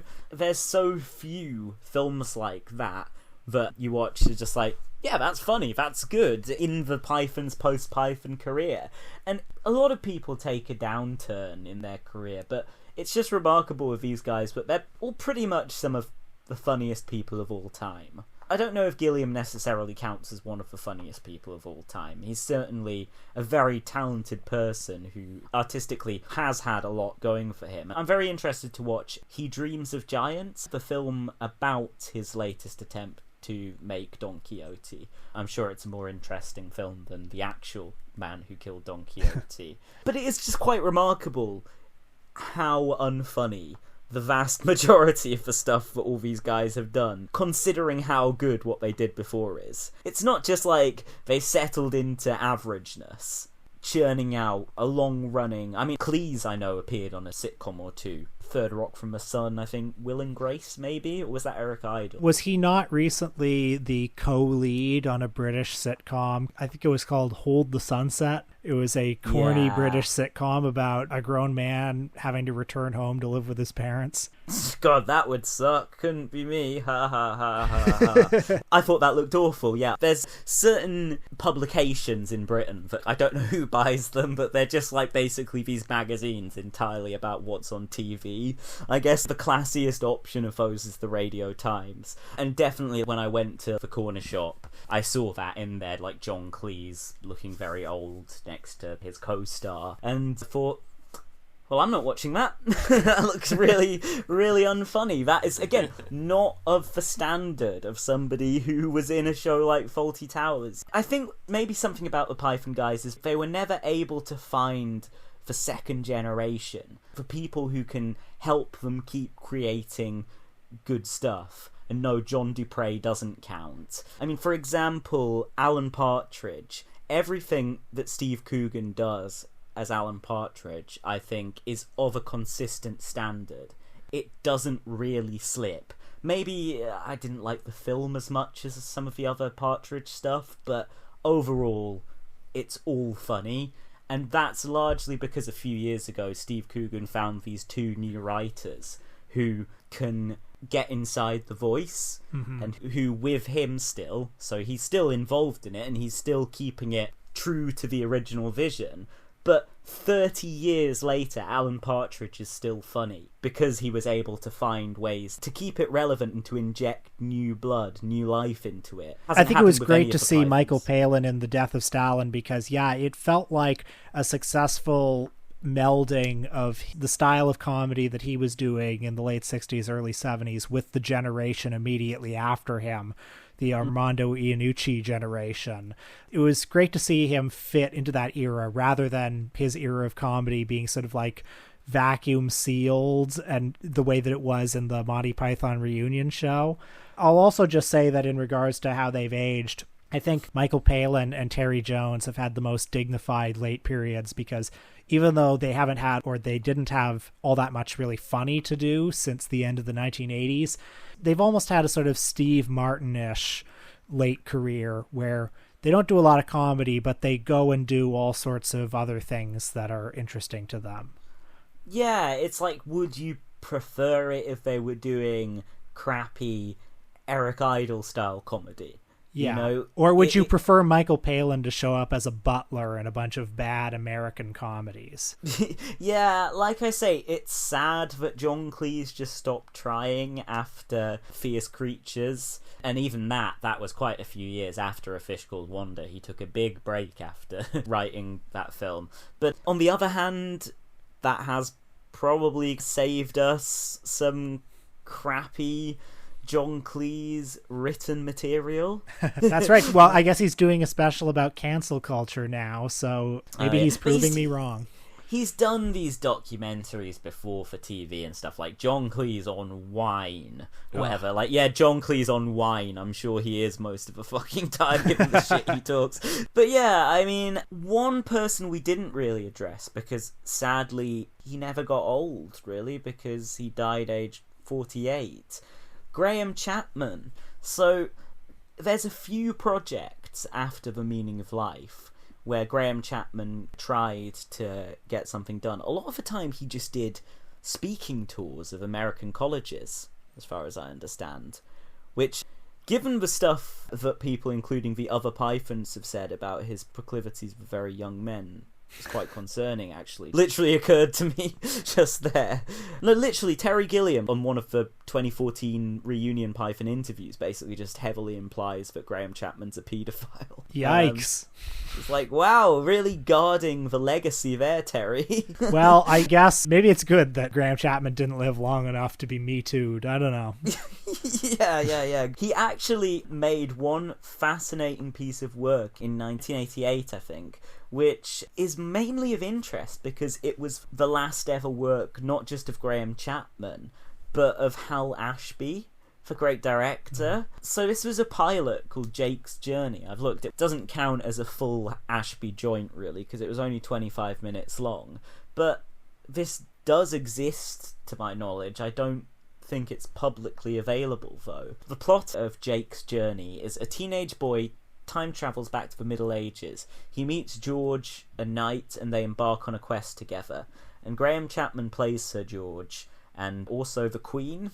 So in a bit of classic Python casting, and a taxi driver. It also stars a lot of famous British comedians and comedy actors. Peter Cook, the late Rick Mayall, sadly no longer with us. Alexei Sale, who is one of the soundest British comedians politically. He plays head torturer. You got Liz Smith, again, the late Will Smith. Liz Smith. There is actually a British comedy actor called Will Smith who plays that Tory spad in the thick of it. Griff Rhys-Jones and Tony Slattery. So you've got quite a lot of well-known people in that, but although the script is available, I don't know if the actual pilot is, but the kind of thing that fascinates me, because it's just like, it was the only work that Hal Ashby could get at that point. In the early 80s, Neil Young and the Stones were employing him to make concert movies, and then no one seemed to be employing him. I'd kind of like to see that. There's another Graham Chapman pilot from the 70s as well, I think, called Out of the Trees, which was a collaboration with Douglas Adams, the writer of Hitchhiker's Guide to the Galaxy, who Chapman wrote a lot of stuff with. He did have a film vehicle as well, which, Will, I feel like you may have seen, called Yellowbeard. Yes, I have seen Yellowbeard. That's the only post-Python Graham Chapman project I have much familiarity with. And, I mean, it's awful. It's really boring and it's not funny, but it's just sort of interesting as this, I guess, artifact of comedy in the early 80s because there are 3 Pythons in it. There's John Cleese and Eric Idle. There's also a lot of the Mel Brooks repertory troupe, like maybe not Peter Boyle, but Marty Feldman is in it, and Madeline Kahn and a few others.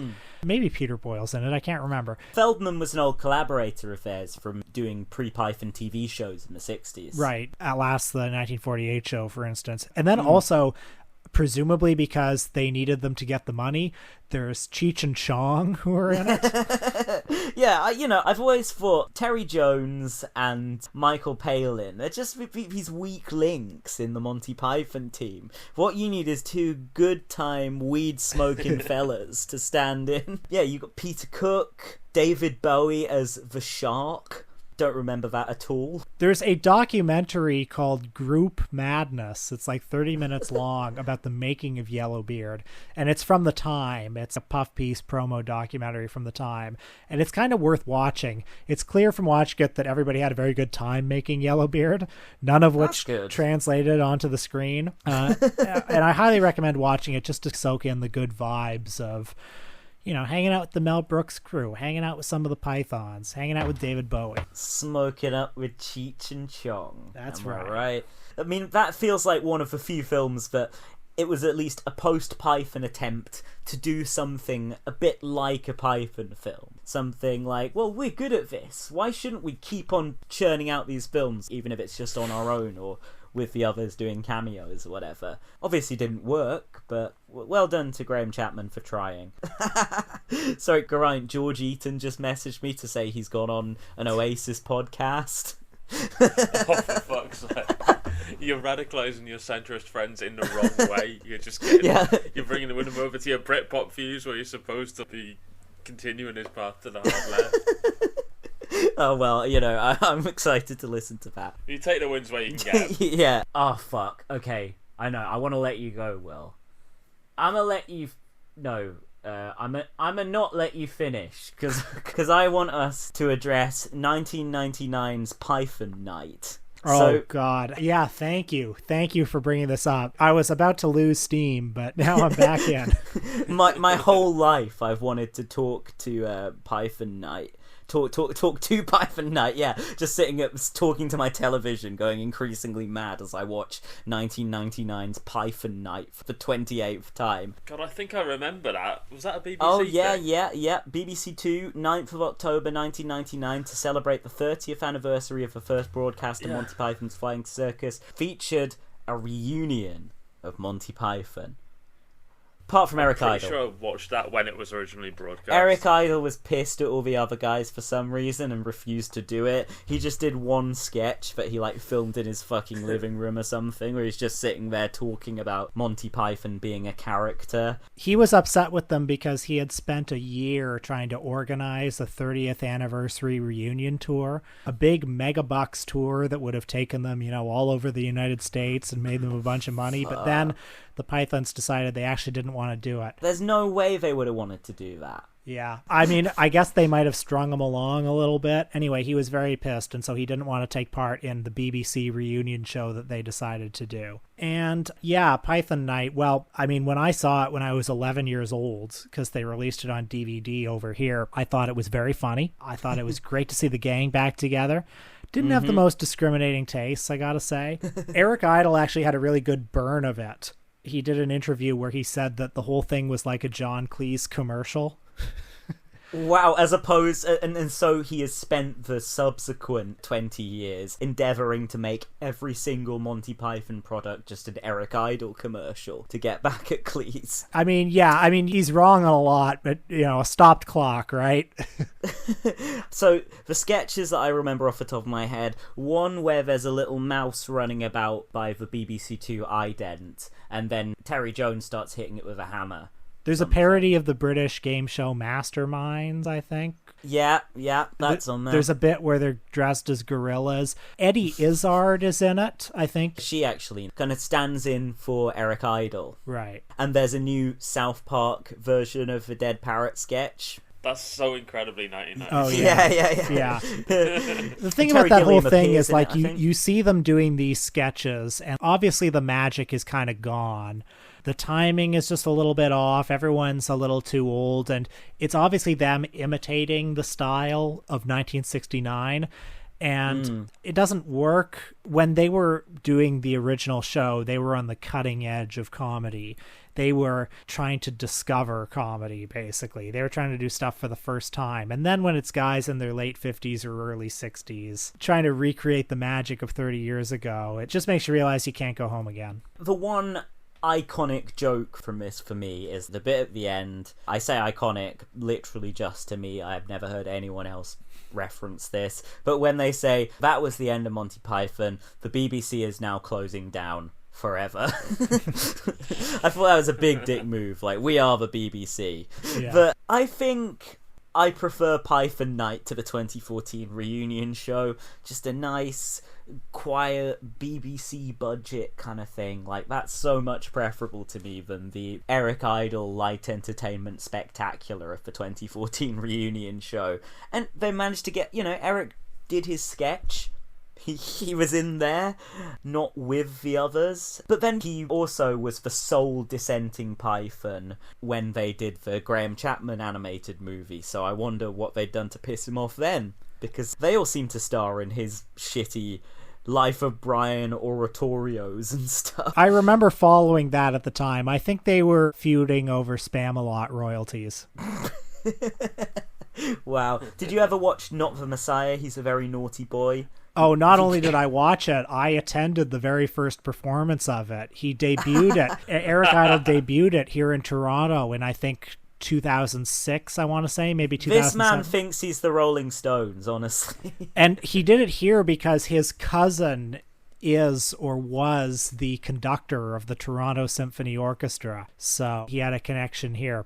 And I had a great time. It was great to see Eric Idle in person. But yeah, Not the Messiah. More like Not Essential. Wow, that's scathing. And I mean, was it on the musical comedy level of the Rutland Isles CD?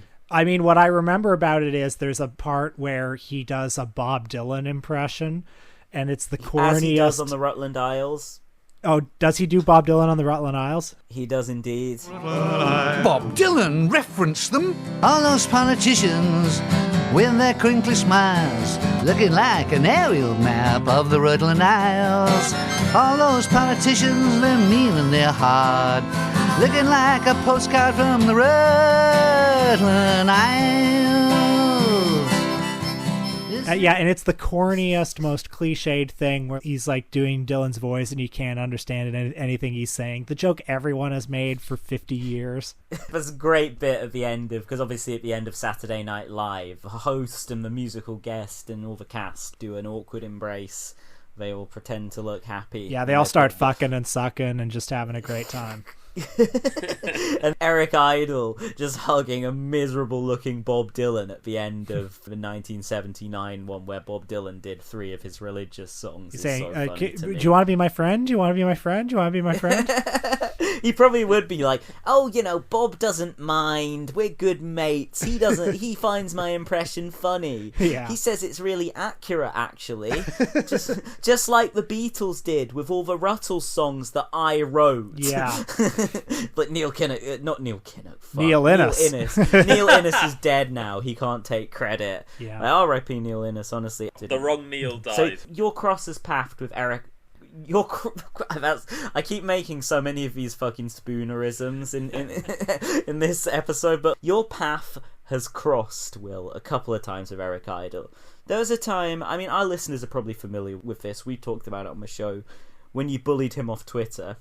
Yeah, I think the Michael and Us podcast account got into a fight with them about something that he said about Jeremy Corbyn, that the Trotskyite wing of the Labour Party was going to make everything public, and like, what if they took over Python? They nationalised Monty Python. And I mean, to me, BBC show. And I think, oh, God forbid that a bunch of jokes from 50 years ago suddenly entered the public domain. Like, maybe they should nationalise Monty Python, frankly. Good idea. Yeah. And he was so upset by this, but he was like, I can't take He left this Twitter abuse for like anymore. 6 months after that. Yeah. This was what Michael Palin tried to warn us about in GBH. The mafia-style hard left and their vicious intimidation tactics. I mean, if you had told me when I was 8 years old, when I was like memorizing the Nudge Nudge sketch, that over 20 years later I would be bullying Eric Idle off Twitter, I don't know what I would have thought about that.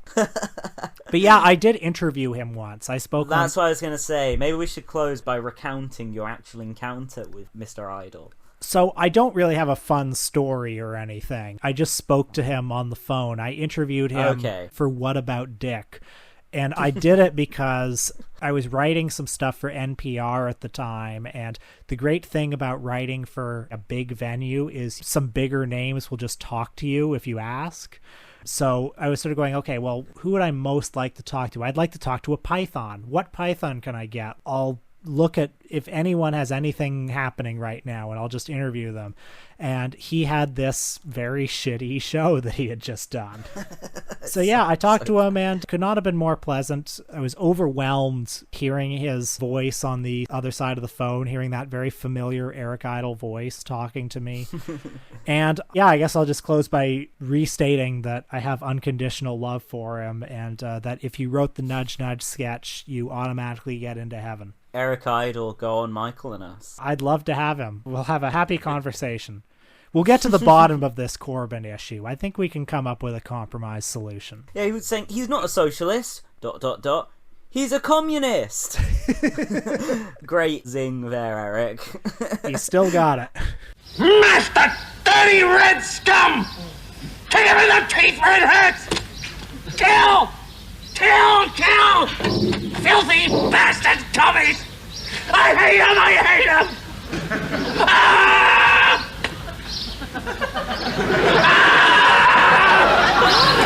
Cheese ready? Kind of. Well, I mean, we've talked about the vast majority of remotely, not even significant, the significantly insignificant post-Python projects of the Python team. All their attempts to recapture some of that old magic, very few of which have succeeded. It's been fun to think about why, and how lightning did not seem to strike too many times in the same place with these guys. Maybe once a piece after Python. A fun thing to just go extremely deep about with a fellow Python scholar. I hope some people made it to the end of this episode. Absolutely. Eric Idle, specifically. Eric, if you're listening, please reach out. I'd love to chat, and I will apologize for anything I said. Yeah, Eric, if you're listening, I just want to say, hated What About Dick. Fuck all that annoying British bullshit. I had to switch it off after about 48 minutes of people going, penis! The horrible operatic singing combined with being like, titties! Don't listen to him, Eric. I thought it was so funny when they made a joke about a vibrator. And I thought it was really funny when they made jokes about penises. I think that's... Make the Russell 3! I think that's really funny stuff for a 98-year-old comedian to be doing. Steal a bunch of low-quality cassettes from Neil Kinnock's... Neil I said Innes's. it again! From Neil Innes's family house, where it's just him playing into a tape recorder on his piano, and make the Ruttles 3 with those. Like, yeah, the Ruttles made some music where it was just one guy. What of it? Alright, well, man, it's been great. Thank you. Alright. Cheers, man. You have a good one, man, and enjoy the rest of your day. Yeah, thanks for coming Absolutely. on. Right. That was the end of Monty Python. And now the BBC is closing down. Forever.